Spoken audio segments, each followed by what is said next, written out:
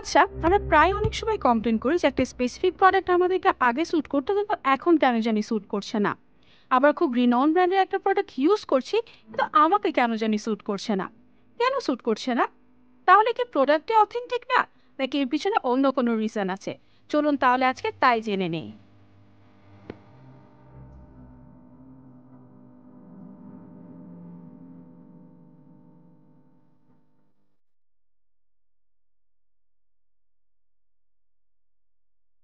অনেককেই বলতে শোনা যায় একটি স্পেসিফিক ব্র্যান্ডের স্কিন কেয়ার প্রোডাক্ট আমাকে কিছুদিন আগে স্যুট করলেও নতুন করে কেনার পর কেন জানি আর স্যুট করছে না।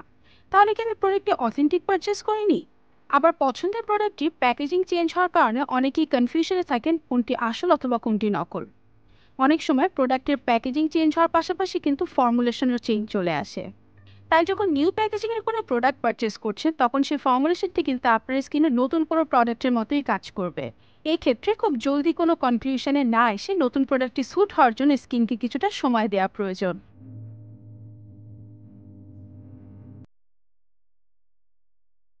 একটি অ্যান্টি হেয়ারফল শ্যাম্পু কিনলাম, বাট এটা ইউজ করার পর আমার হেয়ারফলের প্রবলেম যেন আরও বেড়ে গেল। এটি one of the most common একটি কমপ্লেইন। এই প্রবলেমটি ফেস করার পর অনেকে ভেবেই নেন যে প্রোডাক্টটি মনে হয় অথেন্টিক না, তাই এই সমস্যা হয়েছে। বাট এর পিছনে যে অন্য কোনো কারণ থাকতে পারে তা অনেকেই ভাবতে চান না। আমাদের সবার হেয়ার অ্যান্ড স্ক্যাল্প টাইপ কিন্তু এক না, আবার সবার হেয়ার ফল হওয়ার রিজনও কিন্তু এক না। আবার একটি specific anti hair fall shampoo যে সবাইকে স্যুট করবে এবং হেয়ার ফল কমাবে ব্যাপারটা কিন্তু তা নয়। আবার আপনি যখন নতুন কোনো হেয়ার কেয়ার প্রোডাক্ট ইউজ করা স্টার্ট করবেন তখন হেয়ার শেডিংও হতে পারে। হেয়ার শেডিং খুব নর্মাল একটি প্রসেস যেখানে আমাদের old hair styles fall out হয়ে নিউ হেয়ার গ্রো করার জায়গা করে দেয়। এটি টেম্পোরারি এবং তখন মনে হতে পারে আমাদের অনেক হেয়ার ফল হচ্ছে। বাট আপনি যদি প্রোডাক্টটি ইউজ করা কন্টিনিউ করেন এবং আপনার হেয়ার ফলের পিছনে যদি কোনো ইন্টারনাল রিজন না থাকে তাহলে এই প্রবলেমটি কমে আসতে পারে।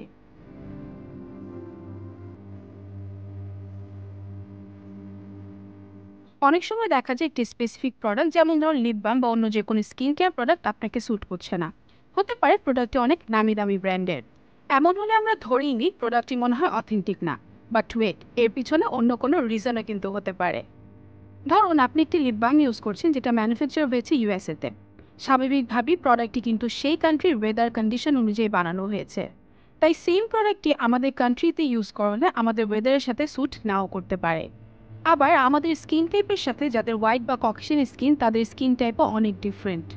তাছাড়া পছন্দের প্রোডাক্ট হিসেবে আমরা অনেকেই ওভার অ্যাপ্লাই করে থাকি। এই ওভার অ্যাপ্লাই করার কারণে নানা রকমের darts product build up create করে এবং এতে করে ইরিটেশন হতে পারে। তাছাড়া যাদের লিপস অনেক বেশি সেনসিটিভ তাদের ক্ষেত্রে কোনো রকম আর্টিফিশিয়াল কালার বা ফ্রেগরেন্স ছাড়া প্রোডাক্ট ইউজ করা বেটার হবে। আই হোপ আজকের ভিডিও দেখে আপনারা একটু হলেও ক্লিয়ার হতে পেরেছেন যে কোনো প্রোডাক্ট স্যুট করা মানেই যে তা অথেন্টিক না, তা কিন্তু নয়। এই বিষয়ে আরও কোনো কনফিউশন থাকলে feel free to comment below. Till next time, take care.